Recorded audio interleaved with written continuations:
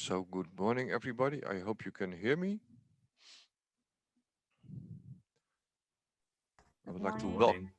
Good morning. I would like to welcome you all back to the second day of the ECS brokerage. We got a message that the link to the project ideas does not work.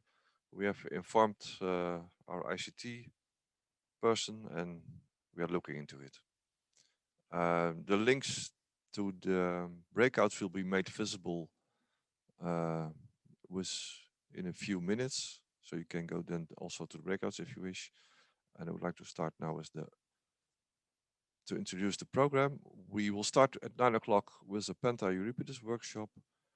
At 10 o'clock we will have a series of SME expertise pitches. We have 6. And after that, in fact, the breakouts will continue until the closing. We will not have a formal closing at 4 o'clock. So you can meet online or discuss, go to the tool link for the project ideas and continue networking in that way. You can also use the plenary to have discussions because the plenary is after 10:30, it's not used anymore. But the Zoom tool will still be open. With this, I would like to introduce the Penta Euripides workshop done by Patrick Cogez, Peter Connock, Scheherazade, Azizi, Patrick Pype and Wolfgang Dettmann. And I like to hand over to Peter, I think.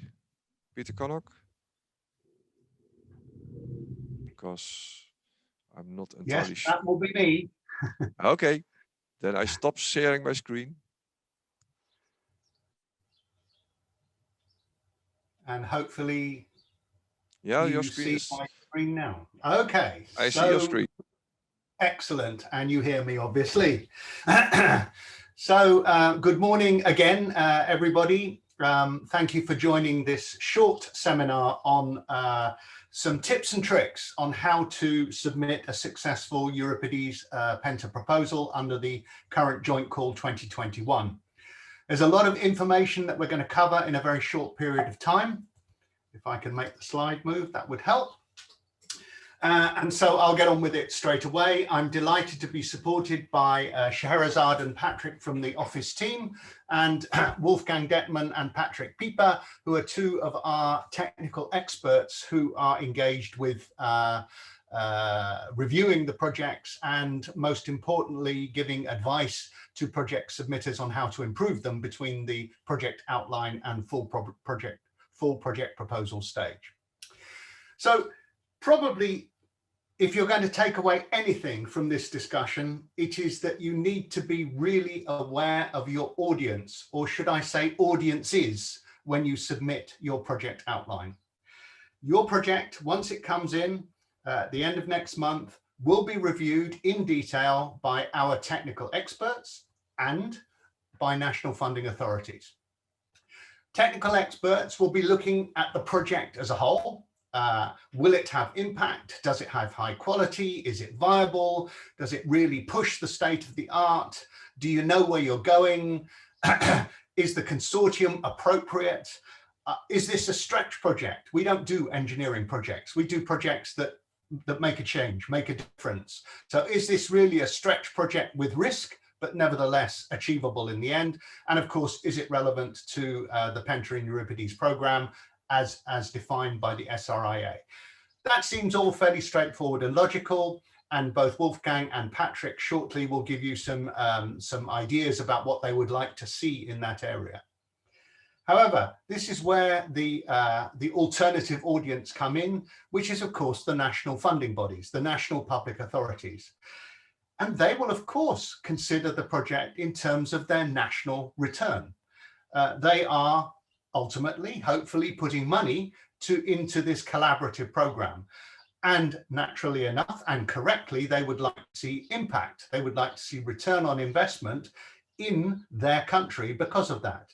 They'd like to see their SMEs growing. They'd like to see new technology available in the country. They'd like to see their academic ideas being brought onto the marketplace. They'd like to see spin-offs appearing. They'd like to see their national champions becoming stronger in the global market. And so when you submit your project, you must be aware that not only must your overall project be viable, but also all of those national issues are clearly understood by you and clearly addressed by you, so that it is an obvious investment for the national public authority in your project. So this you'll see reflected as we go on further through the discussion. And don't hesitate to talk to us and talk to your national funding body representatives to get advice on how to do this.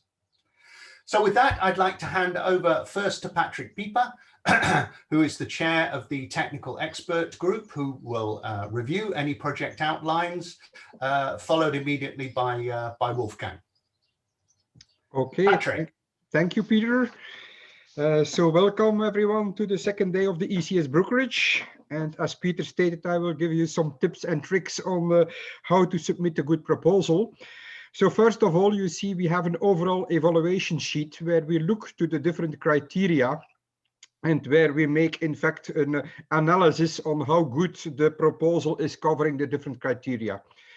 What is important to mention in this evaluation is that the evaluation is done along 3 axes when you submit the project outline. The first axis is what is the technical quality of the proposal, and you will see in these slides and the next slides, and also Wolfgang will cover part of it, what this means, the technical quality of the proposal, what are the criteria we look into. The second axis is what is the potential of the proposal, which means what is the real potential to have an impact at FPP stage. This is an evaluation which we only do at the project outline, because we want to look further than what is purely written on paper. We also want to see what could be the impact in Europe, what could be the impact from a technological perspective on the results of this project in the future.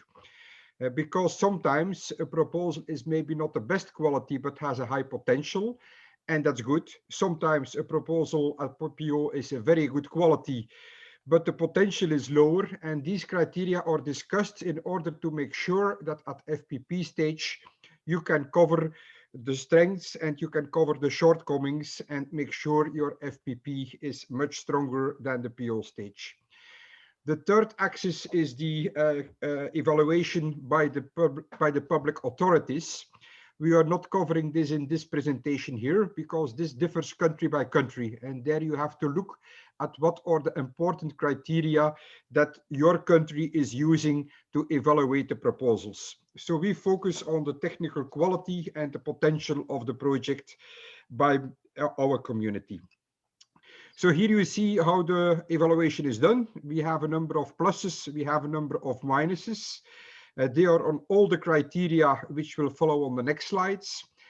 And then we also have some recommendations. Oops, Peter, you're too fast. Yes, some recommendations for the full project proposal or for a new submission in the future. Some are mandatory, so they need to be covered. Some are recommended. It means that it would be nice to cover them, but it's not a must-have. So next slide. So the first thing we look into, it's the rationale of the project. And you see here 3 criteria: the one-page description, the problem statement, the market value chain, the project innovations, and the technology value chain, or the 3 elements in the rationale of the project. And in each of these, we have a certain criteria. We indicate whether it is good, very good, weak, or needs further improvement. So we have a number of standard evaluations here. We don't give a score, but we give a description of how good these different criteria are. What is very important is please take care of your one-page description. This is the most important part to me for the proposal, because this is the starting point for the evaluators to read. And if you're attracted by this, then you are eager to continue reading. It needs to trigger the attention to state like, hey, this is an interesting proposal. I would like to know more details. If this is weak, then of course it gives already a bad impression. This does not mean that your proposal will be bad, but at least it gives a first bias into the evaluation. What is important here also is make sure that everything in your one-page description is consistent with what follows in the rest of the proposal. We have seen in the past that after the PO stage in the FPP, people change things in the proposal, but they forget to update the one-page description. And then there are inconsistencies. And of course, this is not what we are looking for. What is also important here, it's like when you start reading a novel, the first pages give you the impression, do I want to continue reading or do I want to stop here? And what is also important, please make sure your proposal is not a romantic novel, but rather a thriller where the evaluators are really eager to read until the end and to know what the final outcome will be. So problem statement, market value chain, I think this is quite evident. It needs to cover what problem you want to solve, the challenges that are there, the market value chain you address from initial ID to commercial implementation, who will be the actors, what will be the roles, etc. You can find all this criteria and these details in the template that you have to fill out. Project innovations, technology value chain, also very important. It should cover really what is the novelty, what is the key innovation, and what are the different elements in the technology value chains, what are the building blocks, the functions, and what is the role each partner is playing in this whole value chain.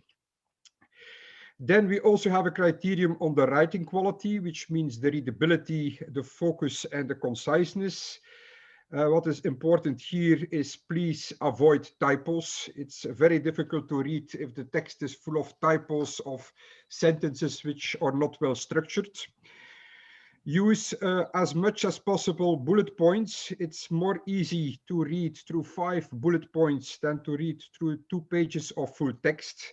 So I would say please structure your proposal and divide it in a number of bullet points. Avoid repetition. We have seen that sometimes sections are repeated in 3 parts of the proposal. Don't do that.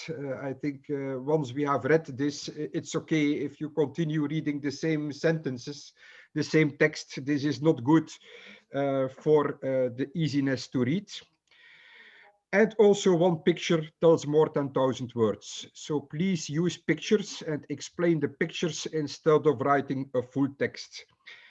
People know that I'm a very big fan of opera, but for these proposals, I would say don't write an opera, but write a very condensed rock song, which really leaves a strong impression at the end.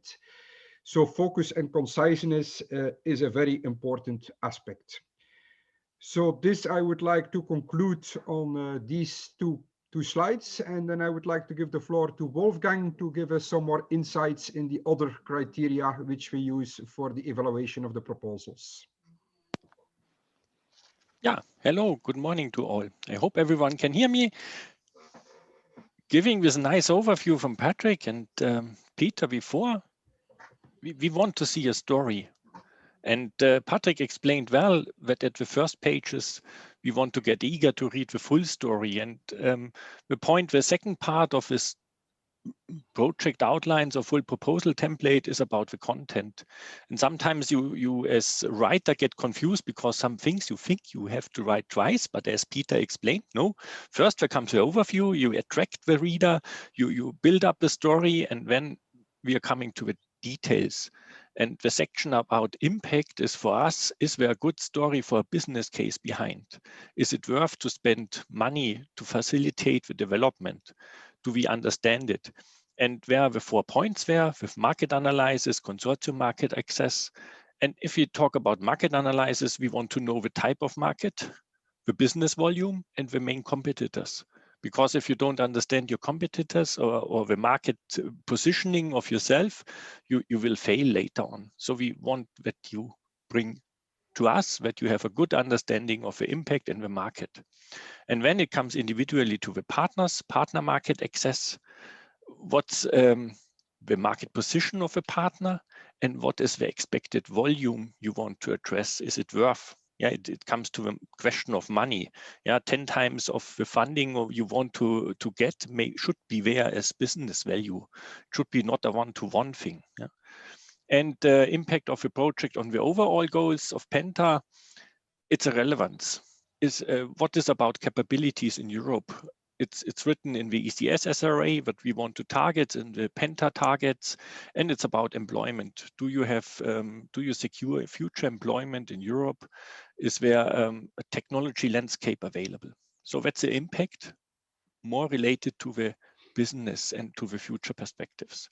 The second part, for me, the core of a project, yeah, and on everything you can be a bit weak, but basically we as the technical expert group look at the technology. And if you, the first point is state-of-the-art analysis, because in a project you want to do something new. So for us, basic question behind, if you read that section, is there a good story for the technology?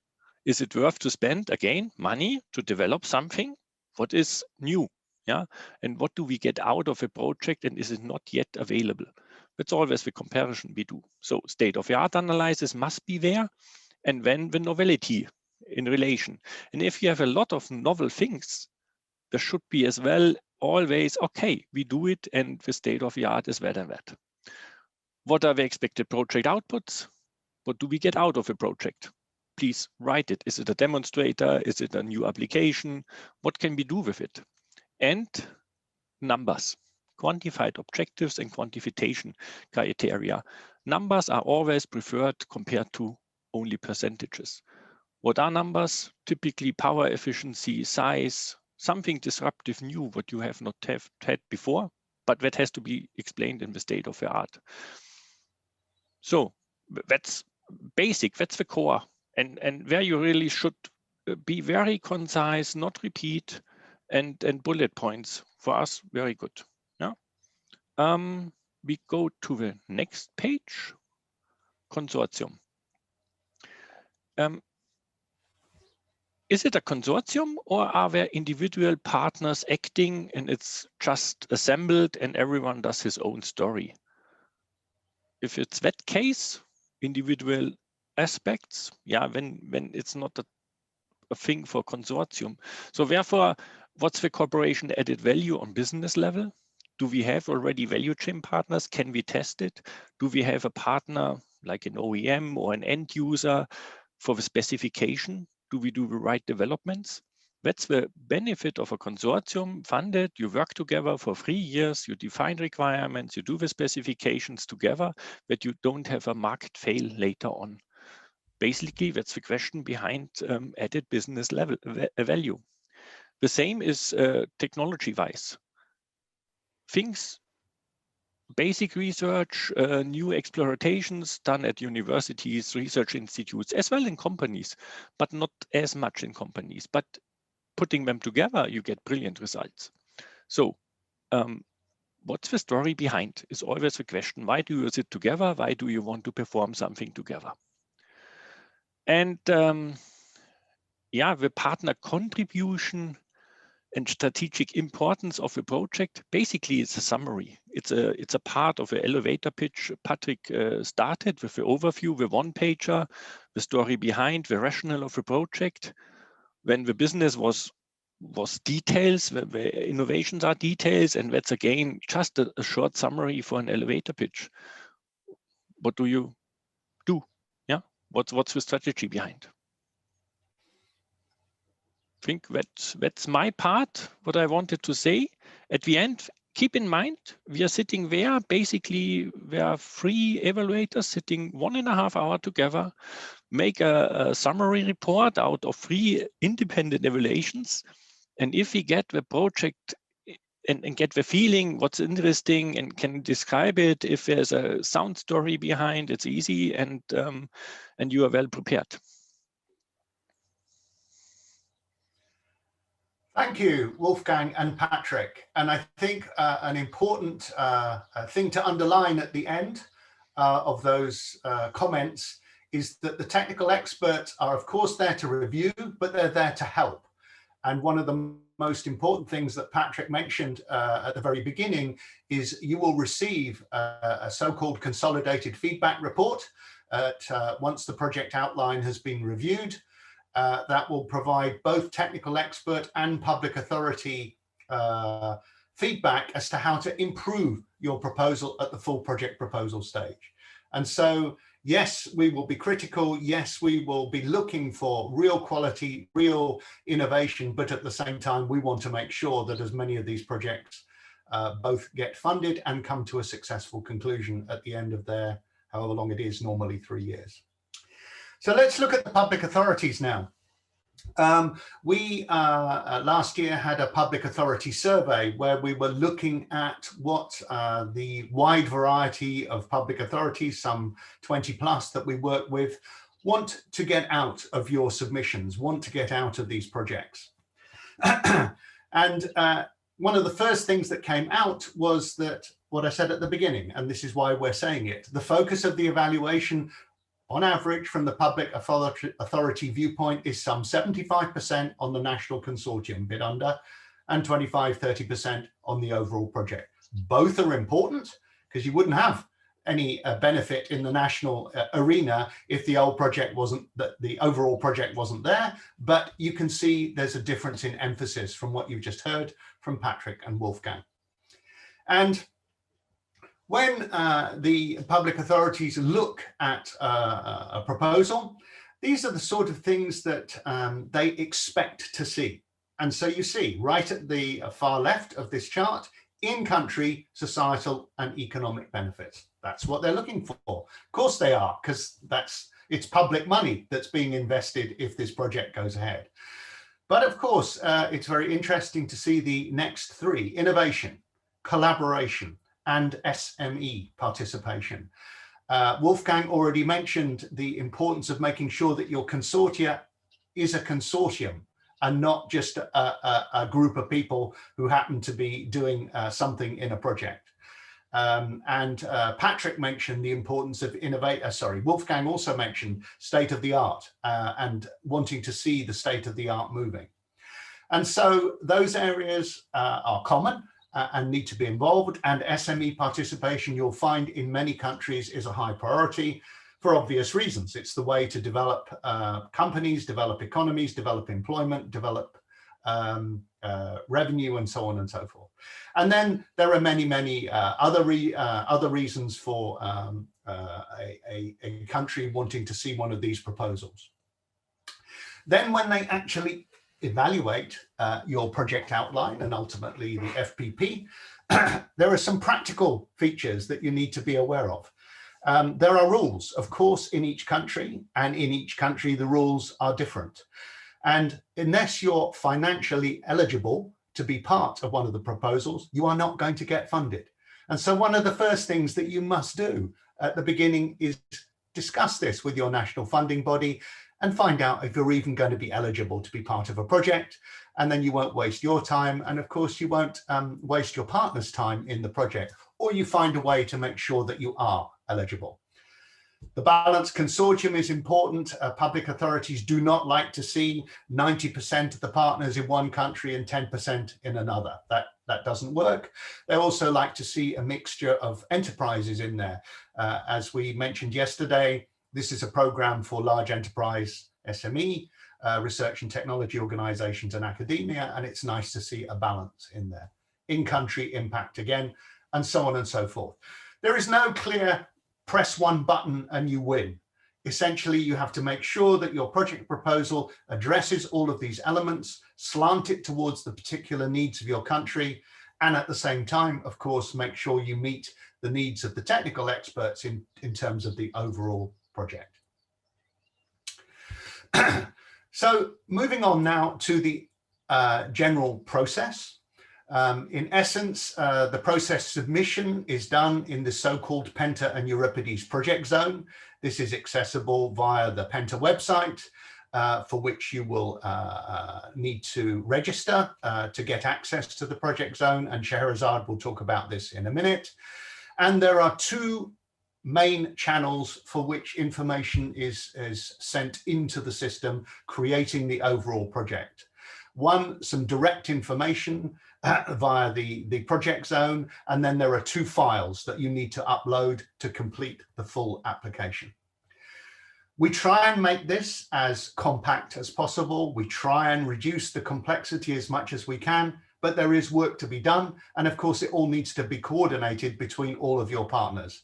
And so please start as soon as you possibly can, and then refine it towards the deadline. Don't leave it all to the last minute. Just before I hand over to Scheherazade, this is the overall process for both submitting a project outline and then ultimately going through to the funding decision. It starts with registering, of course, in the project zone. The light blue areas show the online inputs, and the dark blue areas the offline inputs. And we're going to go through those in a minute with Scheherazade. Once you've completed the individual elements, there's this thing that we call a merge. And the merge is what it sounds like. All of these disparate elements come together into a single project submission. This can be done multiple times during the process, and you can therefore quite early on get a feel of what your project looks like, and does it meet the criteria that you've just heard from Patrick and Wolfgang and the comments from the public authorities.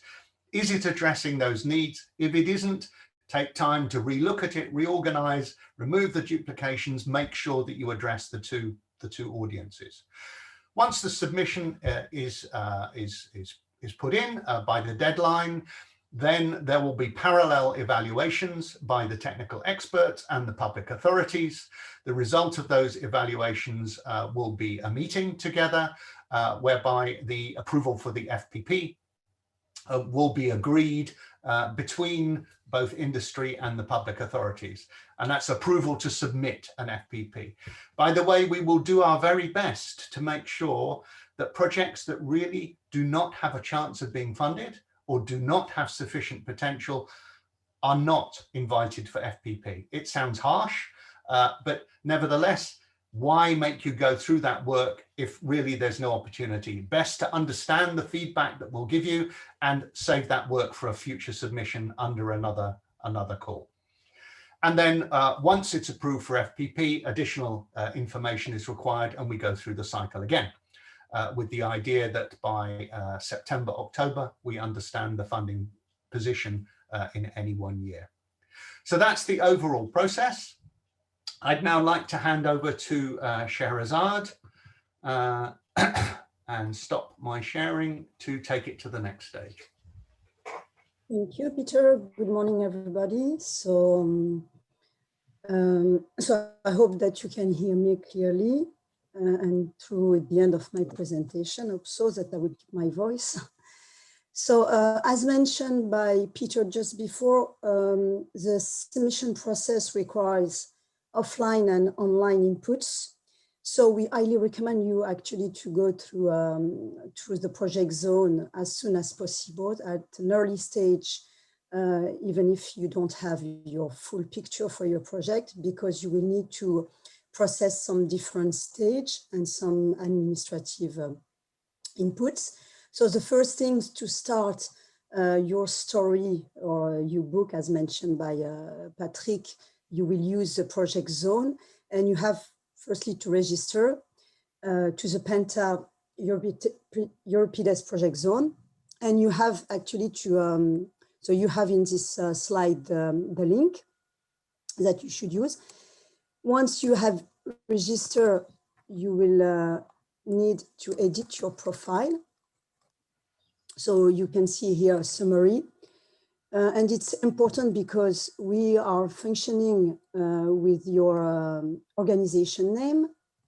So it's important that it's clearly mentioned while you are editing your profile using the legal company name to avoid any issue afterwards when we go through your project, and especially I'm mentioning when you will be, if you are successful, we shall invoice you, and we need to have the proper information. So here you can see that by editing your profile, you will have a drop-down menu, which go through all the organizations that they are already informed in the system, provided by the system. And if you are missing your company name, of course, you shall enter it. So after this first pre-step, I would say we enter more in your creation of your project. And here it's summarizing all all the kind of actions that you will need to do in the project zone. I will already underline that these different points, they are not linear. And that's why we emphasize that you start as soon as possible, because you will have all the time before until the deadline to be able to come back to your project to edit your data to your submission. So I will go through a little bit more in detail in each step, but basically you create your project using the tool. You just inform what we call the basics. The basics of the project, it's like your start date, the end date, plan of your project, the description, the summary of your project, this kind of basic information. Then the first thing that we ask you just after creating your project, and that we emphasize and highlight, it's to invite your partners, because it's an active, it required an active action from your partner. You send an invitation using their business email address, and they have to reply to you and accept the invitation to be able to be part of your project. And then you have to go through all the different steps, editing the partners and editing the effort and cost of your project. Then the last and not least stage of the submission process through the project zone is to submit the project version, which has been a little bit underlined by, mentioned by Peter. It's to go through the merge system, which is the final step. And we warn you already today that to try to merge your project as soon as possible before the deadline, because you need to cross-check that your merge is properly done, that your document is consistent between the offline data that you have entered in the PO Annex and the online data that you enter through the system.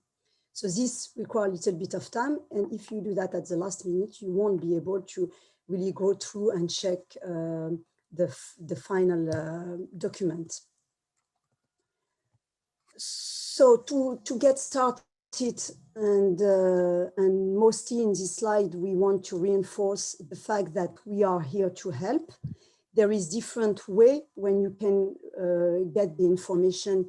If in your submission you have question or you are stuck for any reason. The first thing that it's a help online. When you enter directly your information, you have a blue box which is appearing, which is available through each step of your submission, which guides you on what you need to do to reach the final stage of your submission. For example, when you create your project, we remind you to edit the funding rationale, to edit your costs and effort, and to upload the PO Annex. This is the first, I would say, step-by-step help. Then in the tool, you have also a help section, which you can click on it, and you have like the main Q&A question that we have received and that we have faced in the past, and we try to give tips, we try to give advice. And finally, if you don't retrieve the necessary information or you are really stuck, you can email us at any time at the email address penta@aeneasoffice.org. And one of the team will get back to you as soon as possible. So to go further, so how you should provide the information. So as I mentioned, the project zone is quite straightforward tool, which use tabs that show you, in fact, all the step of your project. And you can feel free actually to come back to one of the stage before. The only thing is that you really have, and I really emphasize on that, invite your partners, and you have to use their business address and to make them aware that they have to accept it. In the edit of your project, you will have to mention the challenges of the SRIA. And already I mentioned that you can select multiple strategic challenges. And again, that you can I really invite you to navigate through the tool as soon as possible, even if you don't have all the information, to be able to be more familiar and to avoid last-minute issues. So to create this consortium, you will invite your partner. And in this slide, we would like to tell you that this is a collaborative tool, meaning that once you have a partner on board in your project, he can update himself his data. This is an access right tool. So it means that if you create your project, you will be identified as a project leader. So you will have the freedom to update any information, to edit any information, but your partner can edit their own information. Will give you some freedom and a share of the work through your consortium. One thing that we would like also to mention here, because we receive a lot of questions with respect to this question at the beginning, at the start of your project. When you invite a person, you invite a contact via an organization email address. You can invite only one person per organization. If you invite several, we will have a multiple organization belonging to your project, which is a failure. So we have to avoid this question, and you can have on board several technical contacts from the same company. So you just need to invite them and to have them as associate when you go through the partners tab of your project. Then when you have this, all your partners on board, so they need to edit, obviously, their information. By this information, it's the details, their cost and effort. Also, all the information already at the PO stage regarding the invoicing details. And I would like here to reinforce that in this tool, you have a kind of help, online help. And here you can already see that for the description of a partner, you have an exclamation mark. And in all the submission step of your project, when you see this little logo, it means that it's a mandatory information that you have to provide to be able to submit your proposal. If you don't provide the information, you won't be able to submit. So this kind of guide you through your process to be able to anticipate any issue at the last minute. And at the end of my presentation, I will also show you that at the right side of your project page, you will have what we call a project checklist, which helps you to identify in one screen what you are still missing to provide to be able to go through your versions. And one other tip for you, it's also advised that you first make your full consortium in your project before editing your cost and effort. Then, as mentioned, and I will be quick on this slide because it has already been mentioned by Peter. It's just the fact that you have to provide the information regarding your rationale for funding, and we again reinforce that you contact your national public authorities at an early stage to be able to check that you have all the possibility to be eligible for this project, and that you are aware also of the conditions.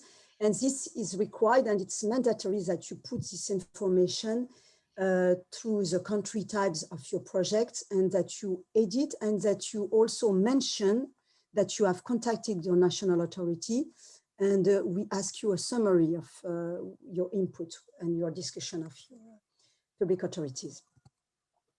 Then one of my main, as I mentioned at the beginning, one of the main last stage of your submission of your project version is the fact to go through the management tab in your project and to be able to submit and finalize your project outline. In this page, in fact, you are able to upload the documents that are required for the finalization of your project.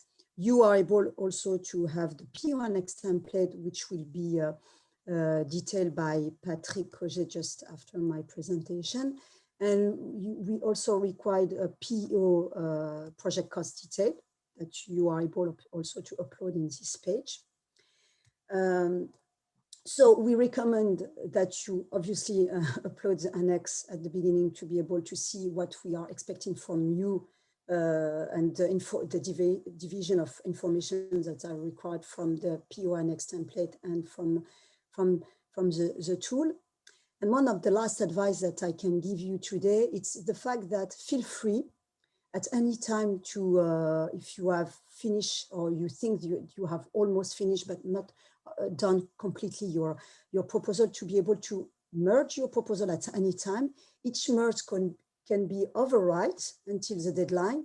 So it's a way from you to avoid typos, to read back to your proposal, to check if there is any mistake, and to be able also to avoid that you are stuck, and after to be able to be more to have a better proposal.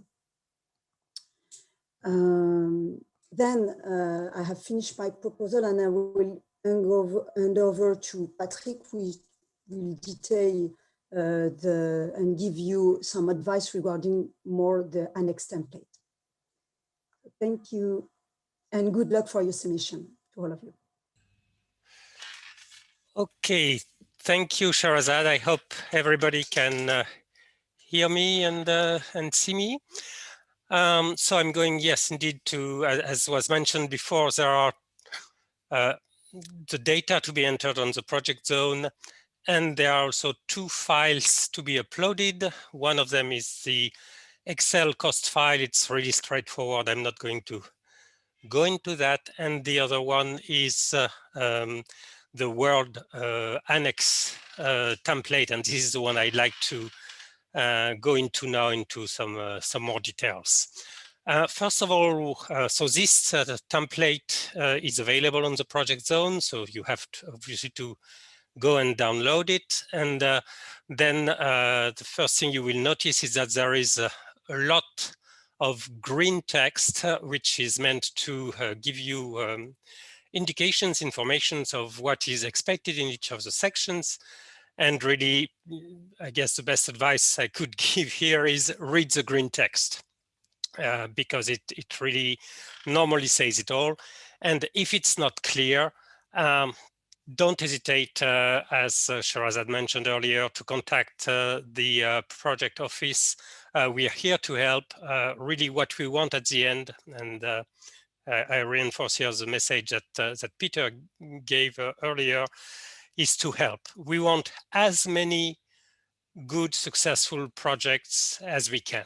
So we are here to help at all the stage of your submission. Another key point is respect the page limits. So to paraphrase what Patrick Pype was saying earlier, we are looking for a thriller, not a romantic novel. And so, you know, the shorter actually your text, the better will be your impact towards the experts. And on the other hand, if you go on and on for pages to explain some things, then the experts will feel that you're not really mastering your subject. As was mentioned by Patrick Pype, don't forget a picture is worth 1,000 words. And finally, well, not many of us are native English speaker, but the rule of the game is that we have to submit in English and not in our native language. So this is, of course, an exercise which might not be obvious for all of us, but please make sure that you use correct English. Poor English, incorrect spelling makes it really hard for the evaluators to read. So, and it's not helping you. So if you have, you know, among your colleagues, somebody who happens to be fluent in English, even if he's not a specialist in the domain that you're addressing in your proposal, don't hesitate to have him read through your proposal to make sure that it is easily readable. This is something very important.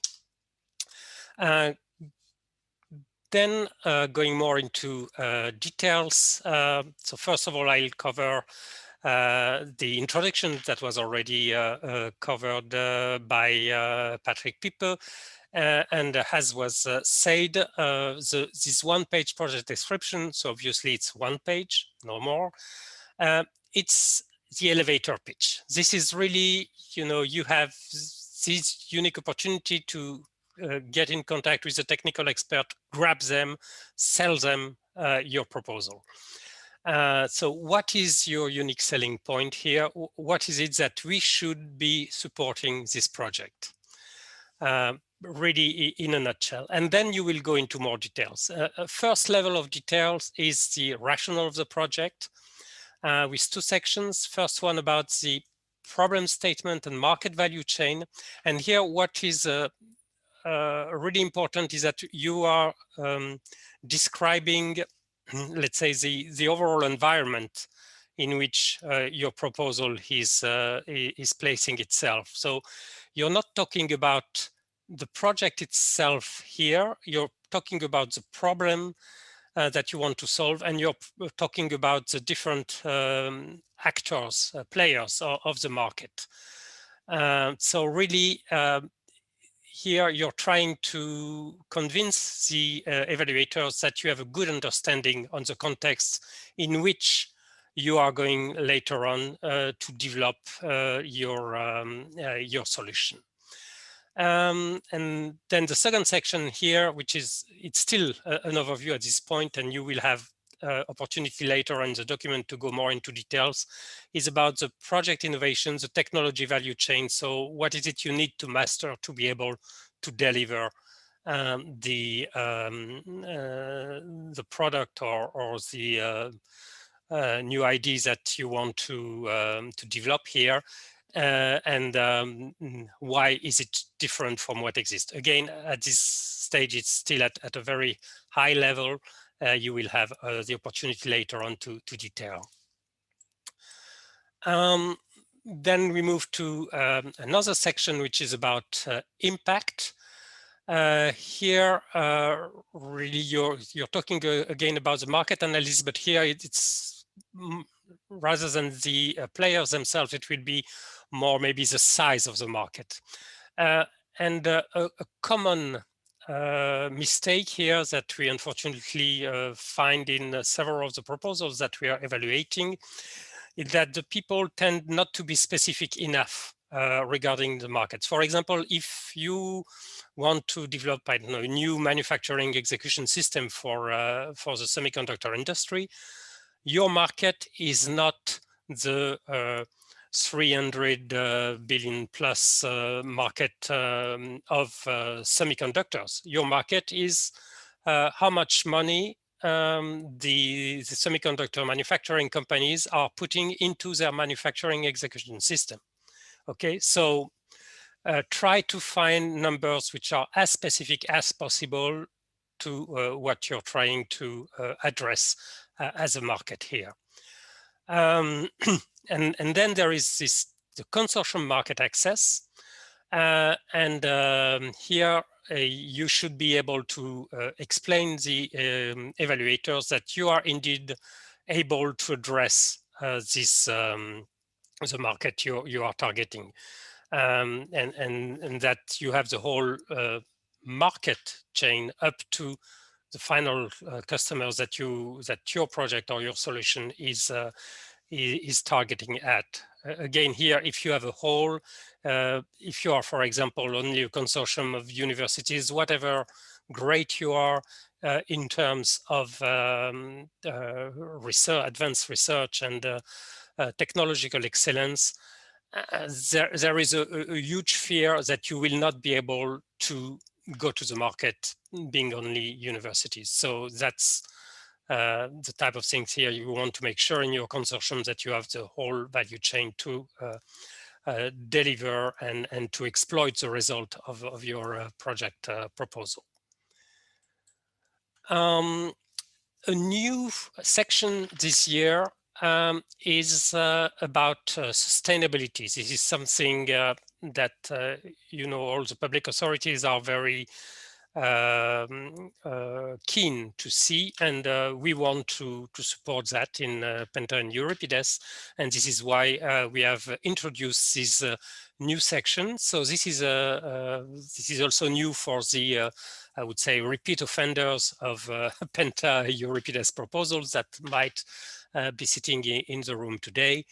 And here we are asking you to describe your contribution to sustainability according to 4 levels. So is it incremental contribution to sustainability, meaning that this is our products that already exist, but with your innovation, you will improve the energy efficiency, for example, or you will decrease the waste, or you are able to recycle more or to prolong the life of a product. So this is the type of, let's say, continuous improvement that goes towards sustainability that we would put into a level 1. Level 2 would be still in that idea, but really to pushing the limits. So with a major redesign of existing products.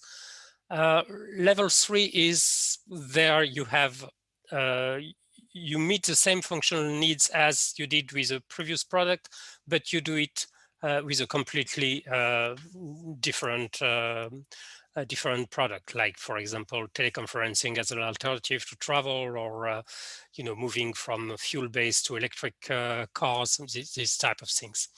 And finally, level 4 is you completely change the business model, and again, moving towards a more sustainable society.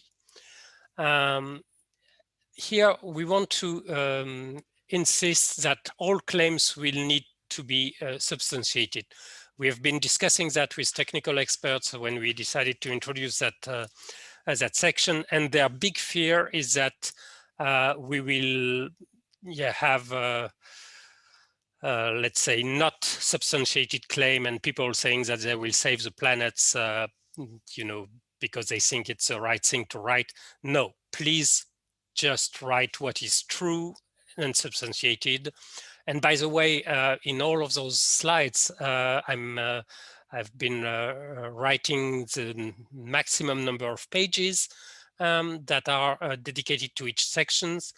It is a maximum, it is not an obligation. If you have, for any of the sections, if the maximum is 2 pages, but you only have, half a page of valid content, put half a page of valid content. It's much better than putting, half a page of valid content and then a page and a half of garbage, which will irritate the reader, the technical evaluator, and which really not help your case. So again, this is particularly a section where we want to see claims which are substantiated.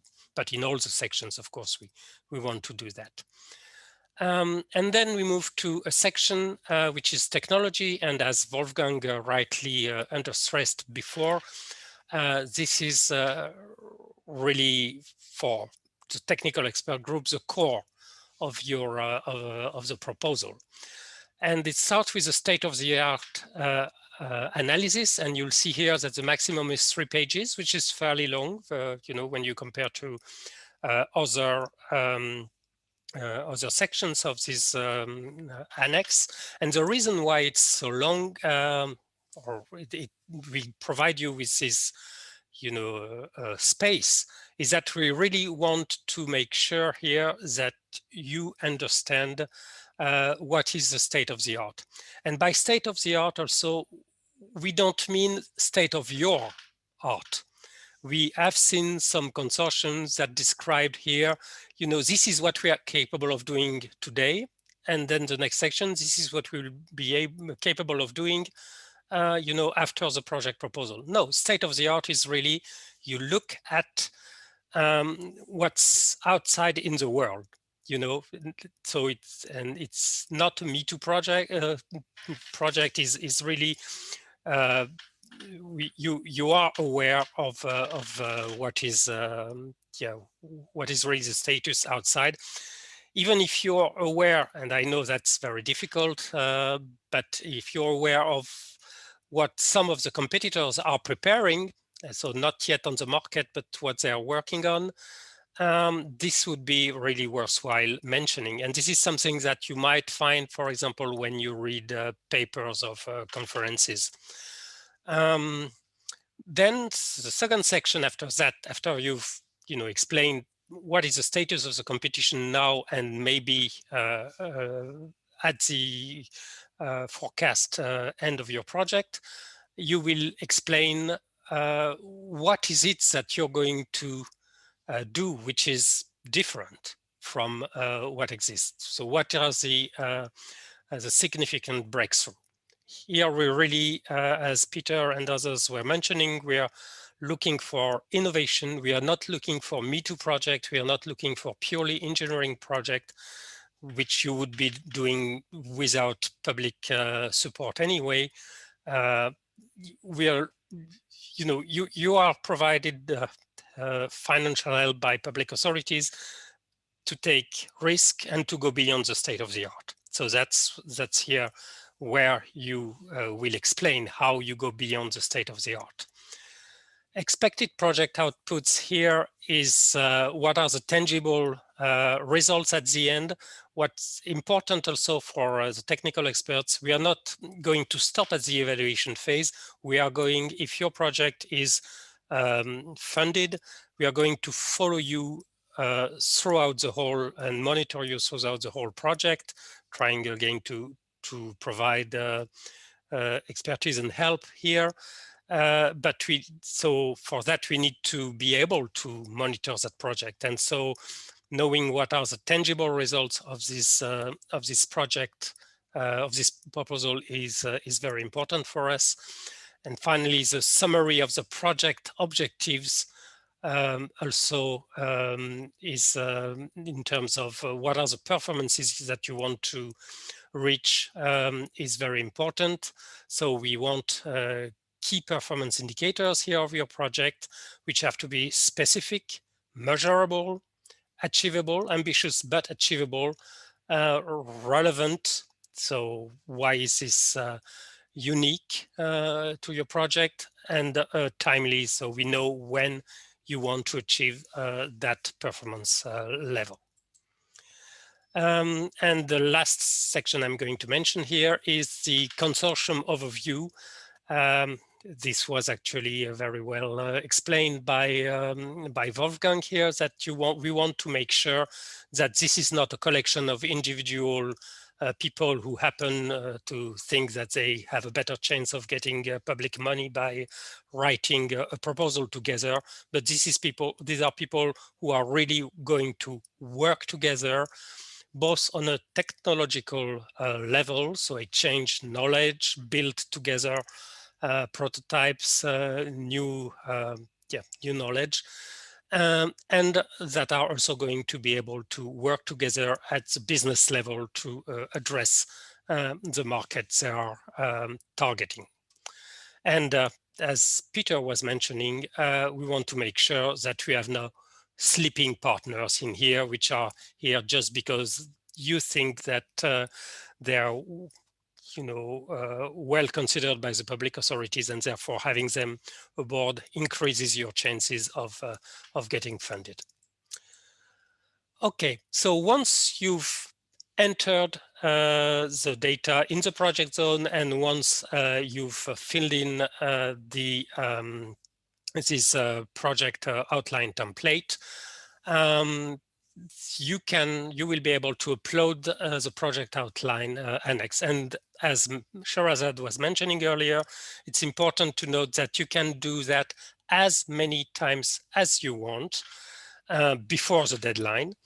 And we encourage you to do that as early as you can, because then it allows to identify any problems that we might have, technical issues that we might have, and we will solve it with you again. Contact us as many times as you need to. We are here to help. Okay, and finally, before I give back the floor to Peter, the next step after that is a full project proposals, where basically you will fill in more or less the same information as in the project outline phase, except that you will go more into details. You will describe really the work packages of your projects here. You will have received, again, as Peter was mentioning, after the Peter and Patrick Piper as well, after this first project outline evaluation, you will have received a detailed feedback from the technical experts and from the public authorities. And this feedback is designed to help you make a good FPP. So please take that into account. There is nothing more irritating for the technical experts than to find out that their advice has been ignored. They spend a lot of time reading your proposal, trying to understand it, discussing it together, and writing those feedback.